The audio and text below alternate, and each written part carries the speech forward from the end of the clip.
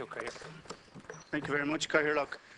And as we commence our working week here in the Shannon, the unfolding crisis in the Ukraine might not seem like the most pressing matter on the agenda for the Irish public today, but I believe it's one of the most serious threats to peace in Europe, and in fact one of the most serious crises facing Ireland and the EU since we joined the EU in the early 70s.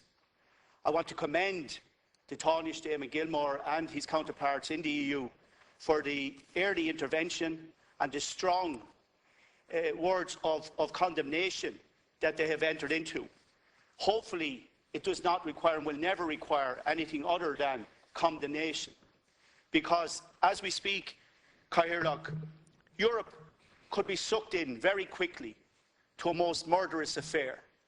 There is no question about it, but Crimea has been annexed by Russia. There is no question about it, but we have a de facto invasion of a sovereign country, and that is the Ukraine, which may seem remote, but it is actually on our doorstep. Only last summer, thousands of Irish soccer fans attended soccer matches in Poland and the Ukraine.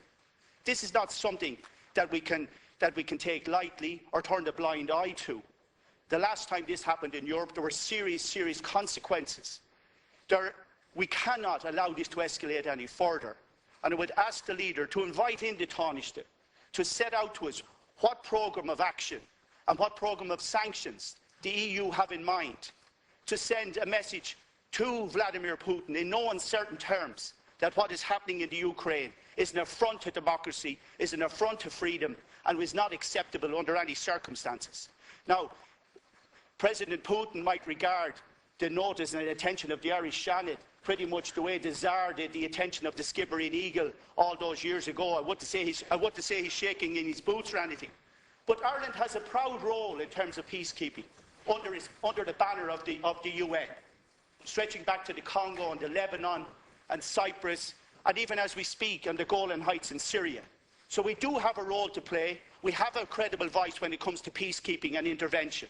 And it is vital now that no mother's son is lost, whether they're wearing a Russian uniform or a Ukrainian uniform, in this despicable situation that's playing out on our TV screens. It is far too graphic for me, it is far too dangerous, and we cannot take it lightly.